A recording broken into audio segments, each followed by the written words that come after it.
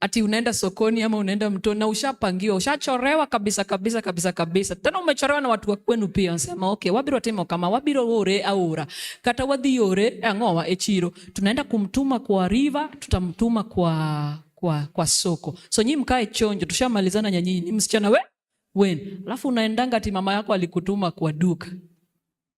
Unapita tuko na moja hivi ya kwanza ukiimba zile wimbo zenu, unapita ya pili hivi. Ukiingia ya tatu hivi.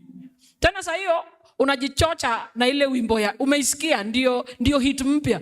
Uko singo hapana. Unajichocha. Na uko singo ya ukweli. Ukiingia hivi usikia majamaa built. Yani hata unajua ile style unatupa miguu na hakuna mtu anafeel unatupa miguu. Yani